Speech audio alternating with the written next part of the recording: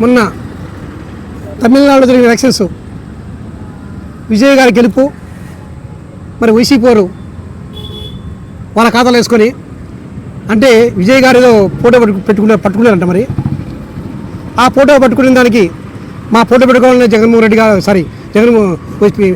YCP batch కావచ్చు, లేకపోతే Paytm batch కావచ్చు, వాళ్ళ కార్యకర్తలు కావచ్చు, మా జగన్మోహన్ ఫోటో పట్టుకోవడం వల్లనే అక్కడ తమిళనాడులో విజయ్ గారికి 105 సీట్లు వచ్చాయని వాళ్ళు సోషల్ మీడియాలో కావచ్చు, ఇన్స్టాగ్రామ్లో చాలా అది. కానీ ఏం చేద్దాం, వాళ్ళు ఇక్కడ ఎట్లా ఇక్కడ కనీసం 11 సీట్లు వచ్చాయి.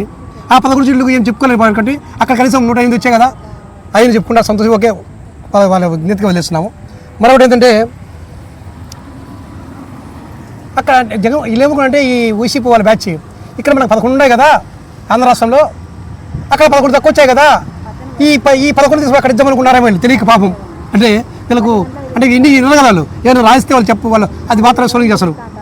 కానీ భయ్యా ఇక్కడ 11 సీట్లు అక్కడ చల్లవయ్యా, ఇది ఆంధ్రప్రదేశ్ తమిళనాడు, అది గుర్తుపెట్టుకోండి వైసీపీ బ్యాచ్. సరే మరొకటి అంటే ఎవరైనా కూడా తమిళనాడులో అక్కడ అధికార పార్టీ 2 సంవత్సరాలు బ్రహ్మాండంగా చేసింది.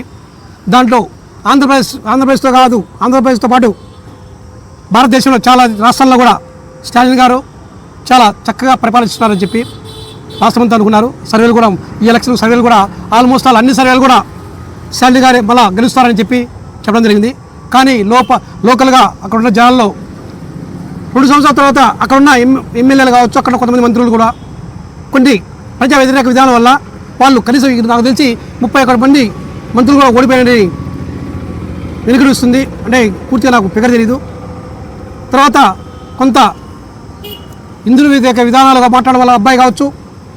మరొకటి అక్కడ ప్రజలకు చెప్పేది ఒకటి చేసే ఒకటి అనే విధానంతో కూడా అక్కడ ప్రజలు పూర్తిగా వ్యతిరేకులై సైలెంట్ ఓటుగా విజయ్ గారు ఆ రాజకీయాలకు వస్తలకి ఆయన్ని కూడా చాలా ఇబ్బంది పెడుతూ వాళ్ళ సినిమాలు కూడా ఇబ్బంది పెట్టడం వల్ల జనాలు అంటే మన ఆంధ్రప్రదేశ్లో ఏ విధంగా సానుభూతి ఉంటుందో అక్కడ కూడా సానుభూతి పరంగా విజయ్ గారి మీద సానుభూతి పరంగా ఆయన సినిమాలు ఆపడం కానీ, ఆయన మానసికంగా ఇబ్బంది పెట్టడం కానీ అవన్నీ దృష్టిలో పెట్టుకొని ఎలక్షన్ రోజు వాళ్ళ ప్రతాపం చూపించారు ఓటర్లు.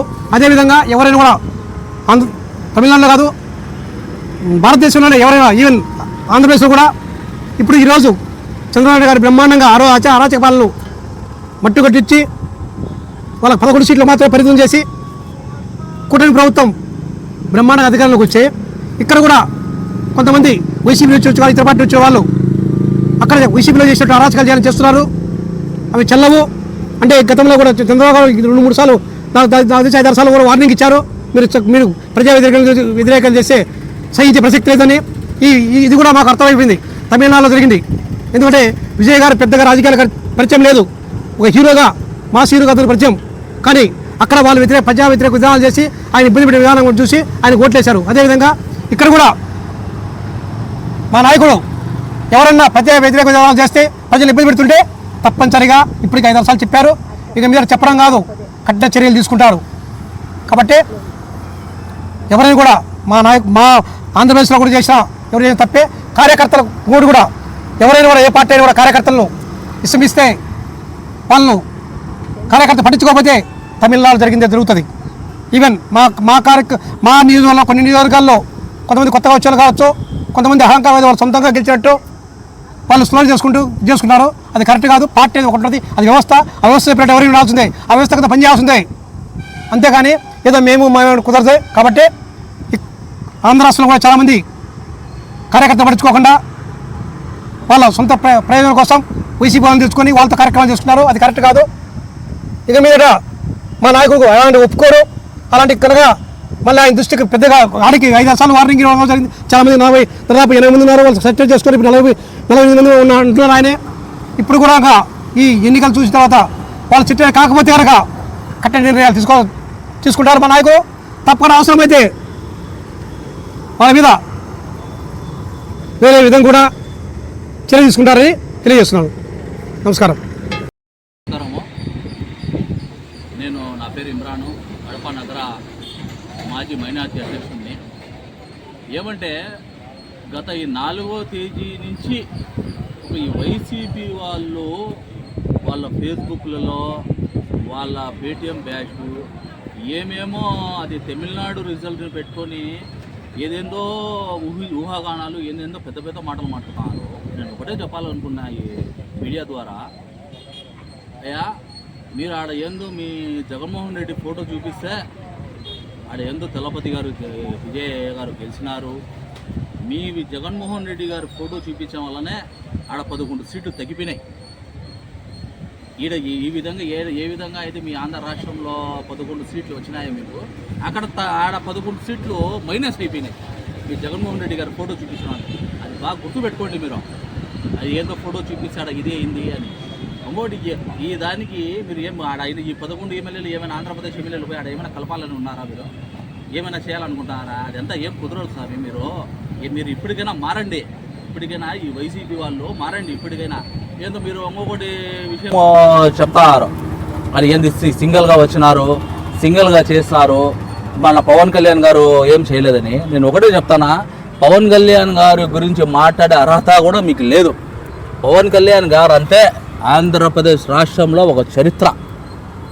అతని గురించి మాట్లాడేదానికి మీకు ఎలాంటి అర్హత కూడా లేదు. పవన్ కళ్యాణ్ గారు మీరు సింగిల్గా వచ్చినారు, ఆడ దళపతి గారు ఈడ ఎందుకు రాలేదని అనుకుంటారు మీరు. నేను చెప్తాను వినండి బాగా, వైసీపీ వాళ్ళు. మీరు ఆంధ్ర రాష్ట్రానికి భవిష్యత్తు కోసం, ఆంధ్ర రాష్ట్ర ప్రజలు మంచి కోసం ఈ రాక్షస పాలన తొలగొట్టాలా, వీళ్ళని వైసీపీ వాళ్ళని తరిమి కొట్టాలా అనేసి ఉద్దేశంతో ఈ పవన్ కళ్యాణ్ గారు ఈడ అందరితో కలిసి కూటమితో కలిసి చేసినది. దళపతి గారు ఆడ తమిళనాడులో పార్టీ పెట్టింది దేనికోసము? అతను సొంతంగా గెలిచేదానికి, అతను ప్రయత్నం చేసి ఆడ గెలిచారు. పవన్ కళ్యాణ్ గారు ఆంధ్రప్రదేశ్ రాష్ట్రంలో ఆంధ్రప్రదేశ్ భవిష్యత్తు కోసము, ఆంధ్రప్రదేశ్ ప్రజలు మంచి కోసము ఈడ వచ్చి చేసినది. అది తేడా మన పవన్ కళ్యాణ్ గారికి. అందరికీ పవన్ కళ్యాణ్ గారి గురించి మీరు మాట్లాడకండి. పవన్ కళ్యాణ్ గారు మంచి ఆంధ్ర రాష్ట్రానికి, ఆంధ్ర ప్రజలకి మంచి భవిష్యత్తు కోసం చూసుకున్నదానికి ఇదైనారు. ఒకటి విషయం మీరు చెప్తారు, మన టీడీపీ గురించి కూడా చెప్తారు. ఏ రోజే మీరు ఇప్పుడు కూడా మీరు మారడంలే, రప్ప అంటారు, 2.0 అంటారు, ఎందెందో అంటారు. మీరు మన చంద్రబాబు నాయుడు గారు ఈడ ఉండడానికి మీరు రైతుల గురించి మీరు ఏ రోజైనా మీరు ఆలోచించినారా? వైసీపీ వాళ్ళు మీరు వచ్చేసి వైసీపీ వాళ్ళు ఇప్పుడు కూడా మారకుండా ఏందేందో నానా మాటలు చెప్తారు. ఒక్కసారి మీరు ఆలోచించుకోండి. మీరు ఆంధ్రప్రదేశ్ రాష్ట్రాల ప్రజల కాడికి పోయి మీరు సమాభిక్ష అడగాల. మీరు సమాభిక్ష అడిగితే కానీ మీరు ఆంధ్రప్రదేశ్ రాష్ట్ర ప్రజలు మీకు క్షమించారో లేదో తెలియదు. కానీ అమరావతిలో ఎంతమంది రైతులు, ఎంతమంది మన అక్క చెల్లమ్మలు కన్నీళ్లు తుడిసేదానికి మన చంద్రబాబు నాయుడు గారు అప్పుడు ముందుంది. కన్నీళ్లు తుడిసి నేనున్నాను మీకు, మీరు భయపడకండి అని చెప్పి ఇప్పుడు వచ్చినాక అదే మళ్ళా చెప్పిన మాట నిలబట్టుకొని మన నాయకుడు చంద్రబాబు నాయుడు గారు అమరావతికి చట్టపరంగా అది అమరావతిని ఏ విధంగా అభివృద్ధి చేస్తున్నారు అనేది ఒక్కసారి మీరు చూసి తెలుసుకోవాల్సిన విషయం మీకు ఉంది. అదే విషయంలో అప్పట్లో మన నారా లోకేష్ అన్నయ్య గారు మీ అందరు ఈ కష్టాలు ఇబ్బందులు ఈ రాష్ట్రానికి ఉంటే అప్పుడు మన యువక నాయకుడు నారా లోకేష్ గారు యువగలం పాదయాత్ర అనేది చేశారు. ఆ యువగలం పాదయాత్రలో ఇచ్చిన హామీలో ఇచ్చిన మాట ప్రతి ఒక్కటి కూడా నిలుచుకున్నారు. ఇప్పటి వరకు మీరు చేశారా? ఇప్పుడు కూడా మీరు మారడం లేదు. క్షమాభిక్ష అడగండి. మీరు ఆంధ్రప్రదేశ్ రాష్ట్ర ప్రజలకి మీరు సమాభిక్ష అడగాల్సిన అవసరం ఉంది. అంతేగాని ఎడో మీరు దళపతి గారు గెలిచినారు, జగన్మోహన్ రెడ్డి గారు ఫోటో పెట్టుకొని ఈడ ఏందో మీరు గెలిచలేదు, సింగిల్గా వస్తారు, సింగిల్గా చేస్తారు అనేది అది అంతా మానుకోండి. మీరు అంతా మానుకొని మన ఏ విధంగా అయితే మీరు సతాయించినారు ఆంధ్ర రాష్ట్ర ప్రజలని వాళ్ళ కాడ పోయి సమాభిక్ష అడగండి. మీరు ప్రజల కాడ ఫస్ట్ ఆంధ్ర రాష్ట్రం ప్రజల కాడ పోయి ఫస్ట్ సమాభిక్ష అడగడం అనేది మీరు అడుక్కోండి. వాళ్ళని పోయి వాళ్ళకైనా క్షమించారో లేదో ఆంధ్రప్రదేశ్ రాష్ట్ర ప్రజలు మీరు చేసిన అరాచకాలు, మీరు చేసిన ప్రజలకి అన్యాయాలు, మన రైతులకి ఏంది ఎన్ని రోజులు రైతు అన్నలు కన్నీళ్లు పెట్టుకొని మన అక్క చెల్లమ్మలు ఆ కన్నీళ్ళు ఏ విధంగా ఉన్నాయనేది ఒక్కసారైనా పోయి మీరు తుడిసినారా? ఒక్కసారి పోయి అయినా వాళ్ళ బాధలు తెలుసుకున్నారా? పోయింది ఎవరు? మన నాయకుడు చంద్రబాబు నాయుడు గారు పోయినారు. ఏమ్మా అమ్మా అన్నా నేనున్నాను మీకని చెప్పి పోయిన నాయకుడు చంద్రబాబు నాయుడు గారు. అందుకోసమే ఆంధ్రప్రదేశ్ రాష్ట్ర ప్రజల్లో అది తీర్పిచ్చినారు మన నాయకుడు చంద్రబాబు నాయుడు గారికి. అది గుర్తుపెట్టుకోవాల్సిన అవసరం ఉంది మీకు. రప్పలు గిప్పలు ఎన్ని పనికిరావో ఇదంతా మానుకొని క్షమాభిక్ష అడగండి అని మరొకసారి మీరు ఎవరితో రాష్ట్ర ప్రజలతో క్షమాభిక్ష అడగండి. మీరు మేము చేసింది అన్యాయము, మేము చేసిన తప్పులకి క్షమాభిక్ష అడిగి ఈ మీడియా ముఖం ద్వారా నేను ఒకటే తెలియజేసుకుంటున్నాను, ఈ వైసీపీ వాళ్ళకి, ఈ సోషల్ మీడియా వాళ్ళు, ఆ పేటీఎం బ్యాచ్లో ప్రతి ఒక్కరికి ఫస్ట్ పోయి మీరు ఆంధ్ర రాష్ట్ర ప్రజలకి ఫస్ట్ మీరు క్షమాభిక్ష అడగండి. ఏ విధంగా మేము సతాయించినాం ప్రజలకి అనేది ఫస్ట్ అది క్షమాభిక్ష అడిగినాక వాళ్ళు క్షమాభిక్ష పెడతారో ఆంధ్రప్రదేశ్ రాష్ట్ర ప్రజలు అది అయితే మాకైతే తెలియదు. కానీ మీరు ఫస్ట్ పోయి అడగండి నాయన. ఇది అంతేగాని ఎందో ఆడ రాష్ట్రంలో ఆడ పోయినారు ఇదే సార్ మరొకసారి కూడా చెప్తారు, బాగా మీరు క్లారిటీగా వినండి. పేటీఎం బ్యాచ్లో వైసీపీ పార్టీ వాళ్ళు సింగల్ కానీ చెప్తారు, సింగల్ అని పదం వాడకండి. మన పవన్ కళ్యాణ్ గారు రాష్ట్ర భవిష్యత్తు కోసం, మన ఆంధ్ర రాష్ట్ర ప్రజల కోసమే అతను ఉన్నారు. అతను సొంత పదవుల కోసం ఏ రోజు కూడా చేయలేదు. అతను ఉండేది ఆంధ్ర రాష్ట్ర ప్రజల కోసం. అందుకోసమే ఆడ తలపతి గారు, ఇప్పుడు కూడా చెప్తాను, ఆడ తలపతి విజయ్ గారు అతను సొంత గెలిచేదానికి ఆడ పార్టీ పెడితే ఈడ ఆంధ్రప్రదేశ్ రాష్ట్రంలో పవన్ కళ్యాణ్ గారు పార్టీ పెట్టింది ఆంధ్రప్రదేశ్ రాష్ట్ర ప్రజల కోసం, ఈ రాక్షస పాలన తొలగొట్ట కోసం, తరిమి కొట్టాల కోసం అనేది పెట్టారనేది మరొకసారి తెలియజేసుకుంటూ సెలవు చేసుకుంటారు. నమస్కారం. పవన్ కళ్యాణ్ గారు విజయ్ గారితో బీజేపీతో పొత్తు పెట్టుకోండి అని చెప్తే కన్నా ఒప్పుకోలేదు కదా ఎవరు? అది ఏమో అది ఇంటర్నల్ ప్రాబ్లం అయ్యి ఉండొచ్చు. ఎందుకంటే దానికైతే మేము వినలేదు. ఏదైనా మన దగ్గర ఏం ఆధారాలు సాక్ష్యాలు ఏమైనా ఎవరైనా విన్నారా చెప్పింది? ఎందుకంటే ఆంధ్రప్రదేశ్లో పొత్తు పెట్టుకొని సంచలనం రేపించారు. ఆంధ్రప్రదేశ్ రాష్ట్రంలో సంచలనం చేయించారంటే అది ఎవరి కోసము? ఆంధ్రప్రదేశ్ రాష్ట్ర ప్రజల కోసమే కదా. ఆంధ్రప్రదేశ్ రాష్ట్రము ప్రజలకి ఏ విధంగా ఈ వైసీపీ ప్రభుత్వం ఏ విధంగా ఇబ్బంది పడింది మీ మీడియా వాళ్ళకి బాగా తెలుసు. మనం రైతన్నలు, అక్క చెల్లమ్మలు ఏడుస్తా కన్నీళ్లు పెట్టుకొని ఉంటే పరదాలు కట్టుకొని జగన్మోహన్ రెడ్డి కానమైపోలేదా? ఎప్పుడైనా ఏ రోజైనా జగన్మోహన్ రెడ్డి కిందికి దిగి ఏమైనా వాళ్ళ కన్నీళ్లు తెరిచినారా? కన్నీళ్లు తుడిసింది ఎవరు? మన నాయకుడు చంద్రబాబు నాయుడు గారు. కన్నీళ్ళు వాళ్ళు తెరిచింది ఎవరు? నేనున్నానని ముందుకు వచ్చింది ఎవరు? మన నాయకుడు పవన్ కళ్యాణ్ గారు. మన కుటుంబ ప్రభుత్వంలో ఒక భాగమైన జనసేన పార్టీ పవన్ కళ్యాణ్ గారు వచ్చింది. అంతకన్నా ఎవరైనా వచ్చినారా? ఏం వాళ్ళ కన్నీళ్ళు కాదా? మన ఆంధ్రప్రదేశ్ రాష్ట్రానికి 5 కోట్ల జనాభాకి ఒక రైతన్నలు అన్నం పెట్టేవాళ్ళు. ఆ కడుపుకి కింద వాళ్ళు కింద ఇది చేస్తే మనం 3 పూట్ల అన్నం అనేది మేము తినిపిస్తున్నాం. కనీసం అది కూడా జ్ఞానం కూడా లేదంటే జగన్మోహన్ రెడ్డికి రాష్ట్ర ముఖ్యమంత్రిగా అయ్యిండు కూడా కనీసం అమరావతి రైతుల్ని ఏమైనా నేను ఉన్నానని ఏ రోజైనా చెప్పినారా?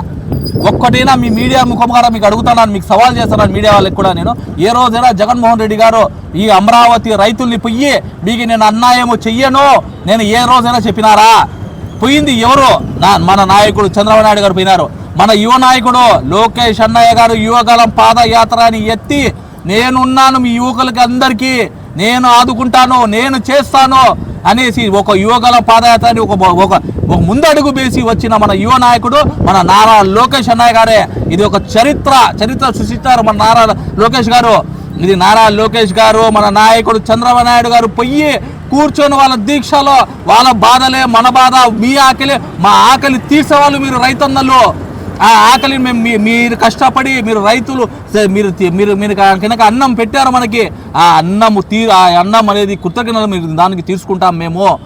ఆ అన్నానికి తిన్న విశ్వాసమైన జగన్మోహన్ రెడ్డికి లేకుండా పోయింది. తిన్న అన్నం కూడా విశ్వాసం లేకుండా పోయింది. అన్నా క్యాంటీను